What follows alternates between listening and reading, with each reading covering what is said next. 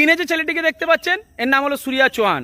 উত্তরপ্রদেশের গাজিয়াবাদের খোড়া অঞ্চলে এই ছেলেটির বাড়ি। একটি হিন্দু সনাতন ধর্মের ছেলে, কিন্তু কিছুদিন আগে ওই কোরবানির দিনে এই ছেলেটিকে তার মুসলিম চারটে বন্ধু বললে ভুল হবে, চারটে মুসলিম জেহাদি শত্রু একে বাড়িতে ডেকে নিয়ে যায় গরু কিভাবে কাটা হবে সেটা দেখার জন্য।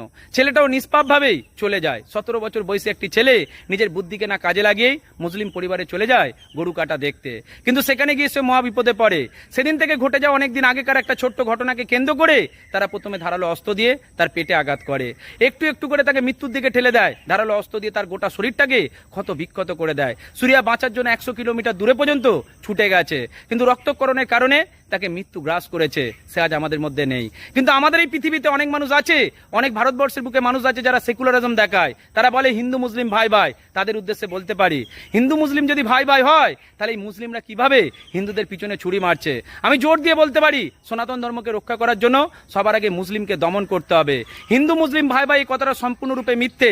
হিন্দুরাই প্রকৃত অর্থে হিন্দুদের ভাই হয়। মুসলিমদের সাথে কখনোই গলা মিলিয়ে চলতে চেষ্টা করবেন না। মুসলিমরা হলো হিন্দুদের শত্রু। যত পারবেন মুসলিমদেরকে দূরে রাখতে চেষ্টা করবেন, তবেই সনাতন ধর্ম রক্ষা পাবে। এটাই সত্যি। প্রত্যেকে ভালো থাকবেন। জয় শ্রীরাম।